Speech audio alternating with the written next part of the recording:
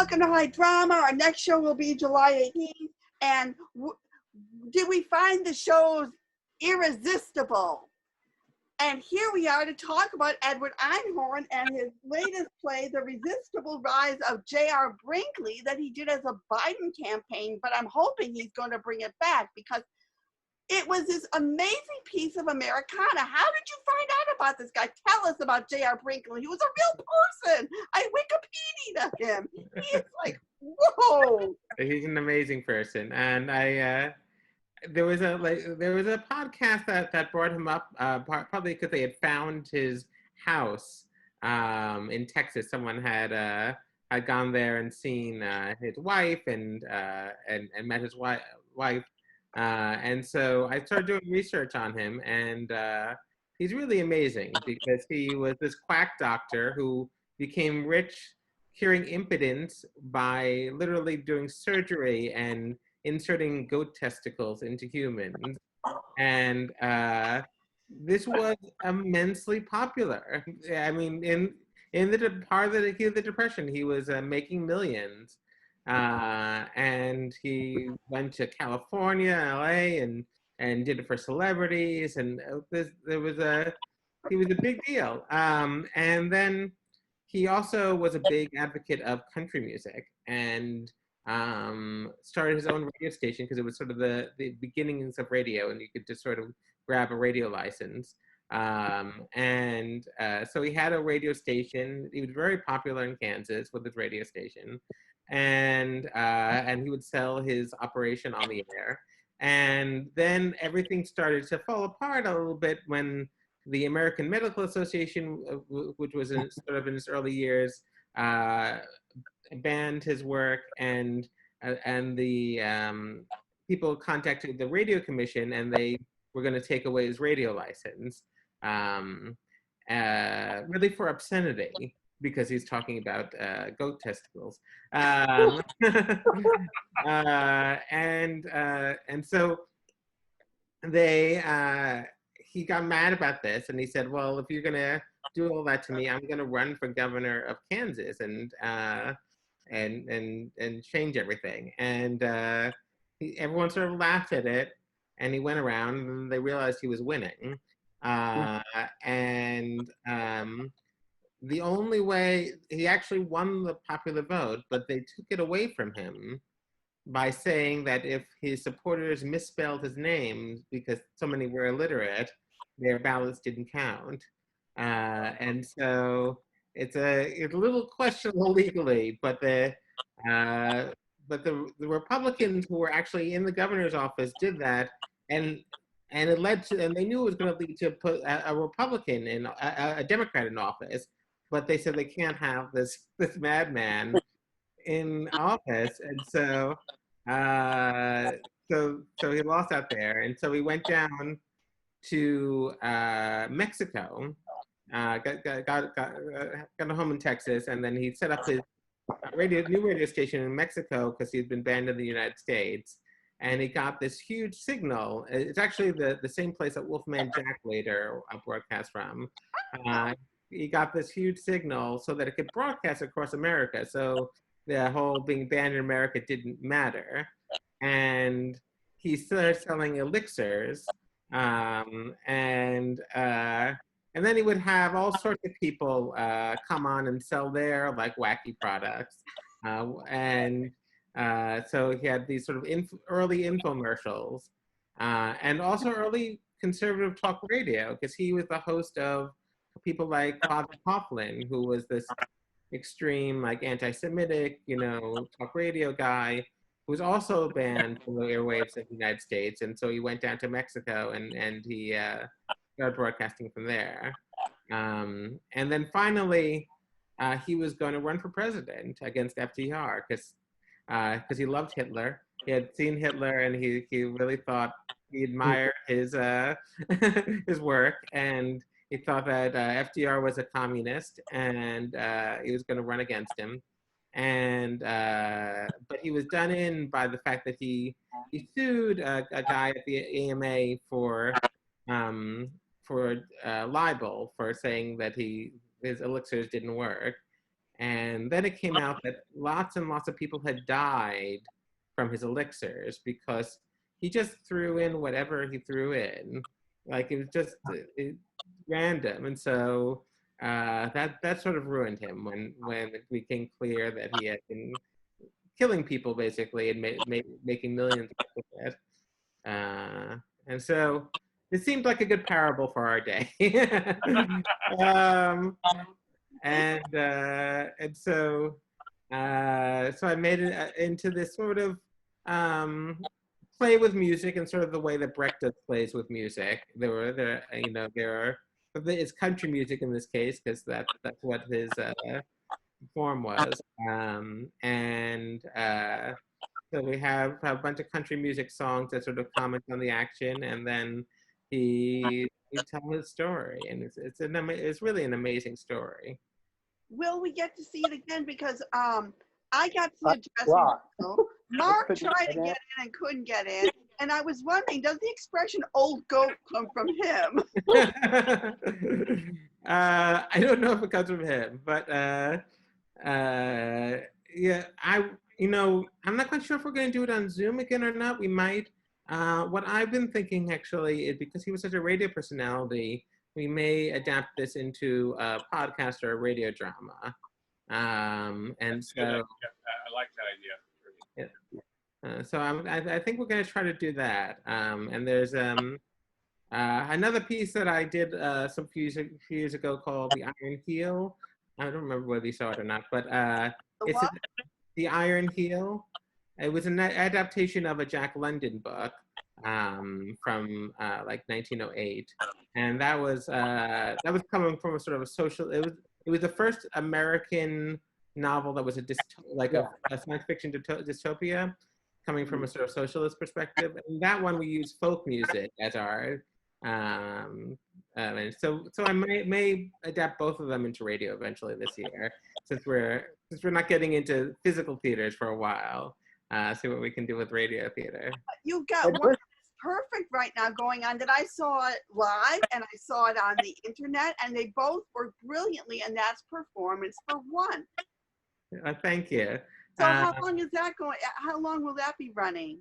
Because it's been running all this time. It's wonderful. Yeah, it started off in March. We're only going through July 12th. That's our final date for now. We may come back if there's a demand later, but right now it's going through July 12th. But yeah, it's been filling up, and it's 5 months, and in July, for those who have seen part 1 and 2, if you want to drop by again, we're adding a part 3, and so there's so each of them are 10 minutes long. So it's a one-on-one performance via Skype. And so people come and do usually part 1 and part 2 together nowadays, and then those who want to do part 3 can come back and see part 3, and so that's this month only. Actually, we're starting at that on July 2nd, going through July 12th with that, and continuing the parts 1 and 2 as well. Great, because we're showing this 4th of July, so people can still see it then. Yay! Yeah, definitely. Edward, a comment or question about Resistible Rise, because in Buster Keaton's short film Cops, there's one point where Keaton goes into this room that's labeled goat gland specialist, and then he comes out and speeds up immensely. That's from 1924, 25. That was a direct allusion. Reference to your guy. Yeah, it was a direct allusion to Brinkley. Yeah. But they didn't say exactly what glands they were using. And also, is it patterned after the Brecht Resistible Rise of Arturo Ui, or is it just that you're using, like a similar pattern of music and commentary? More about that is a similar pattern of music and commentary, and a sort of allegory that can be applied to the current, presidency, etc. Not that we're following the pattern of the way, but it's sort of a spiritual descendant of the Resistible Rise. Well, thank you. You know, we always love everything you do. Yeah. And Thank always you. look forward to it. And I just love the fact that you bring all these, you know, you brought us a brilliant reversion of Alice B. Toklas and Gertrude Stein, and your wonderful play about your mother that we just saw it here. You just bring people to life in a wonderful way. Well, thank you. Thank you so much for. Our colleague Bill Cataldi has written a wonderful review of a play called She, He, Me, which was produced by the National Queer Theatre as part of the Criminal Queerness Festival on June 21st. He was going to be with us today, but he's gotten involved writing a play of his own and couldn't make it, so I'm going to read some of his remarks. Amol Khoury's She, He, Me thoroughly explores gender issues in the context of the tense, war-torn Middle East and North Africa, where nonconformity of any kind finds no quarter. Rhonda, a transgender woman who originates in Algeria, endures being forced to abandon her child, extreme poverty, beatings, expatriation, imprisonment, multiple rapes, and eventual alienation from the entire Muslim world as she finds asylum in Sweden. Her story is one of the worst one of three, a story of survival. Rock, a young transgender man in Lebanon, fares better. I imagine his problems more closely resemble those of any Western transgender man, except for the fact that Lebanon lives under the eternal threat of Israeli bombardment. As someone says, and I paraphrase this, people in the Middle East live life to the fullest because any moment the building you're standing next to might collapse from a bomb. His is a story of defiance and resilience. Omar, a social dysphoric homosexual, doesn't feel comfortable with masculinity, a double whammy in a world where a male's lack of masculinity will bring disgrace upon the entire family. And almost all men constantly try to outman each other. He eventually finds no solace in a gay community obsessed with gender conformity in its own way. His story is about fabulousness in the face of adversity. Each character takes turn telling his or her story, with the other two playing roles that come up with the current narrator: parent, sibling, policeman, guard, government agent, whatever is needed. This way, the narrations interlock in a tight-fitting, gorgeous, self-reflective, balanced, and beautifully structured play. Khoury is a master of the art. And then Billy goes on to say that, I'm an emotional and empathetic man. I started crying 15 minutes into She, He, Me and barely stopped until the end. There is no trace of manipulation here. None of these characters want sympathy. I think what they want is the proper respect to any human being we may encounter, and they earn way more than mere respect. She, He, Me is the best of the 7 National Queer Theater productions I've seen. It's one of the best plays I've ever encountered. It has the one quality that makes great art: cruelty. Amol Khoury doesn't care how much it hurts. He wants to tell his story. His cruelty shows in the details and the careful structure and the craftsmanship. He holds nothing back. Greatness is his, and Billy sums it all up with a brilliant happy face plus. Thank you, Billy, very much for that wonderful discussion. It sounds fascinating. And now for another fascinating play for us to talk about, Tartuffe, Moliere in the park, but it wasn't in the park. Wasn't it good? No flashing frames all over the place. They really did such a stunning job with the zoom, and I thought that the translation was marvelous. It was so accessible and so well written. I mean, you know, what a fine playwright Moliere was. I mean, we knew that, but you know. All right. Mark, you saw it too. Yeah, it was incredibly enjoyable. And they did a little gender switching with changing a brother to an angry sister. And I don't think it distorted the play at all, while sometimes those things can distort, you know, a classic play. And, you know, it was just amazing to see Raoul play, you know, Tartuffe, and you had to wait an hour for him to appear. But once he did, what an amazing! He was really marvelous. He scared me to death. I mean, this is, you know, he is the classic hypocrite, of course, the famous hypocrite in our Western culture, Tartuffe.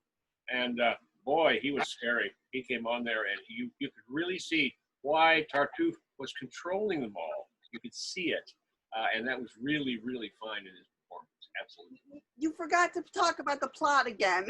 Oh, sorry. So the the plot of Moliere's Tartuffe, in case you don't know, because not everyone knows Moliere, is Tartuffe is this hypocritical religious person, and he's destitute, and this nice family takes him in, and this one guy, the guy is completely mesmerized and taken in by him and is willing to give everything to him, and his wife is ill and he couldn't care less about his wife. Oh, poor Tartuffe. He ate so much, he slept so well, his wife is dying. Who cares? He loves Tartuffe because Tartuffe is charismatic.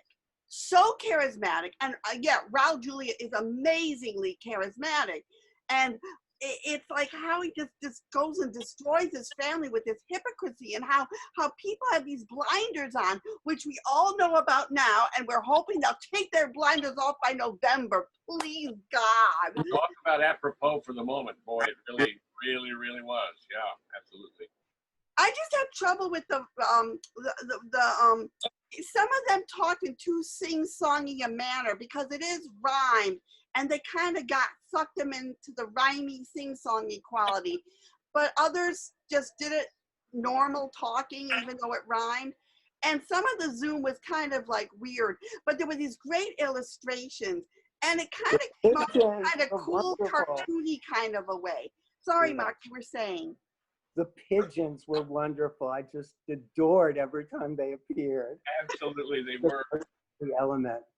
And I loved where he had is it Oregon? Is it Oregon or Oregon? I the name. I loved when he was under the table listening to the two of them. Oh yeah, that was brilliant. He was actually under a table. There was his little picture down there, and he was looking out from under the table. Very, very cleverly done. Someone's really worked hard on their Zoom. Yeah, the artwork was quite wonderful. I also think that every time I see it, the roles that I enjoy the most are, of course, Tartuffe and the maid, Doreen. Jennifer Mudge. Like, she's the smartest one in the whole area, and she seems to be, the only one in the family who has her head on screwed right. Yeah. So and she was sort of able to direct everybody else to finally wake up in some way.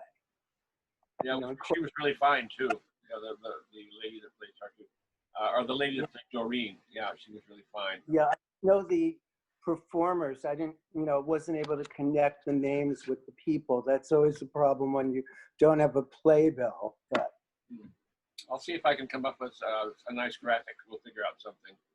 So we'll add it to this here. I actually took a picture, a couple of screen pictures while I was watching it, so that I could include them. When we talked about it, of him under the table and the two of them up on each side, sure, that you could see how the screen looked, and I also have to say I enjoyed the French too. I know they did that for the people who don't like to see the French translated into English, but I really did. I don't speak French, but I have just enough knowledge of it to have been able to follow it fairly well, and I enjoyed it. No, the French was completely different what was going on up there. It was pretty funny, actually, to read the French, because Mark, you understand French, so you were probably giggling yourself. Well, again, I didn't think it was a bad translation. It was, but there were certain things that were more dramatic in the French, shall we say. But again, we should point out that it was sort of a co-production with the Alliance Française, so not only about it being Moliere, but about having the French language was important, and that this park is Prospect Park. It's Brooklyn. So I hope when the virus passes and we could go to parks and see theater again, I hope they do use Prospect Park for Moliere in the park once more, because that would just be so enchanting to see what they do, in the real park. They came up with very clever solutions for Zoom, but I just love seeing something staged, for real much more. There was one point at which Doreen was backing out of the frame and looking around the corner of the picture, which was funny. I thought. I mean, there was a little bit of movement going on, and they were actually acting back in there. Really, really fine. Absolutely. I would certainly give it I was going to give it a happy face plus. I liked it so much. I mean, I liked the production so much. Yeah, I mean, it's a multi-character play with a lot of characters on the scene at the same time, with a lot of motion. They're not just sitting around a table. So that's a very difficult thing to, sort of direct convincingly on Zoom. And I think they came up with very clever solutions. And I love what they did with the blue silk or paper like handkerchief, because it really conveyed stuff. And with Doreen trying to pull characters back as they're attempting to leave, I mean, they did come up with clever solutions to make you kind of feel like you were with the character. A couple of times, Doreen just sort of zoomed in, and zoomed out, which was really cool. I don't know how he did it, but that was really. Yeah, it was clever. Yep. So happy Faith, and we're going to put our thoughts down on our Facebook page so you can read more there. And now another play that I saw. We talked to them on our last show, and we talked about sex, addiction, and love. And so it was, it opened up with Burning Me Up, Walking Music, written, recorded by Pontia. So again, with a bunch of little plays. Let's see. So Farnaz Solomon's The Night I Fall in Love, performed by Jasmine Curry, Simone Ellis, and Joshua Silverstein. What's expected in marriage for a nice Persian Jewish female, and what unexpectedly happened. Robin Uriel Rusin's The Rose of Sharon, performed by Michael Gambino. Dad's Risque Sculpture. Eve Letterman's Donna, performed by Sion Ellis and Jasmine Curry, A Truly Deep Friendship. This one made me cry. It was so touching. I loved it. Man Cave, written and performed by Joshua Silverstein, his 14-year-old hormones, you can imagine. Libby Schwartz's Love Lost, performed by Jasmine Curry. First Love at Sleepaway Camp. Not Going Anywhere, music and lyrics by Simone Ellis, was performed by Simone Ellis. Donning the Mask, written by David Masello, performed by Michael Gambino. Danger of Grinder. Mark, you would have liked that one. The Hand-Me-Down Date, written by Arla Sorkin Manson, performed by Sion Ellis and Ensemble. It was a very intense date. And My Name is X, written by X, performed by Jasmine Curry and Joshua Silverstein. Overcoming Mental Illness, once you discover you have it. And Come Be, music and lyrics by Jack Bradley, performed by Michael Gabbiano and Sion Ellis. It was a COVID love story. And The Magic of Shell's Birth was a commission of Jewish Women's Theater, written by Joshua Silverstein, performed by Joshua Silverstein and Ensemble, questioning the miracle of childbirth with an epiphany answer. And it was very good. I give this one a total happy face. It was really well done. We're filming this June 28th Pride weekend, and Mark saw Max Vernon, because I told him, you've got to see Max Vernon. I love Max Vernon. He is just a force of nature. Thank you so much for that heads up, Eva, because this was from Joe's Pub about a year ago. And he's had a number of things on the boards that I hadn't seen. I think you guys upstairs? Yeah, which is about this bar that was essential to New Orleans that was burned up, and how, it was a true place for outsiders to be themselves. He has a new one. Used to go there. When Bill Bradford lived in New Orleans, he used to go there. He knew that place. And and Max Vernon also did K-pop, which might end up on Broadway. They had one song from that, but he was concentrating more on the outsider stuff.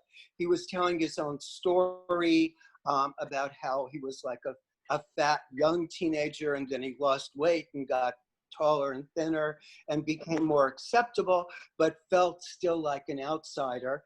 And a new piece coming up about tattooed ladies that just seems incredible, about how they were, a number of them who presented themselves to the public in the Victorian era up through like almost 1980, I believe. And one woman was still doing it when she was about 80. And, you know, like these were very much outsiders at their time. And although they were sort of like accepted under the label of freaks, this was a way that they felt they could truly be themselves. His music is very impressive. His whole persona and his way of presenting things was just wonderfully marvelous. So if you've never seen him, keep your eyes out for him when he pops up again. And, you know, like his work is a real treat and really good material. So again, thanks Eva for the heads up to Max Vernon, and thanks Joe's Pub for representing this. It really was a good Gay Pride Month treat. Just something I thought I should add after hearing Eva and Mark carry on so about the very talented Max Vernon. It's actually sort of an apology, but it brings up something we run into more and more often these days, so it's certainly worth mentioning. Max is a non-binary individual, one who no longer responds to he, him, or his. My understanding is that they, them, and their are the pronouns of choice in this instance, and it's something a lot of us older folks keep forgetting, particularly when we're enthusiastic about someone and become involved in a more or less freewheeling discussion. When we write a review, we can catch ourselves in the editing, but when we're talking about something, it's just that we've been saying he and she for so long that it's ingrained in our heads.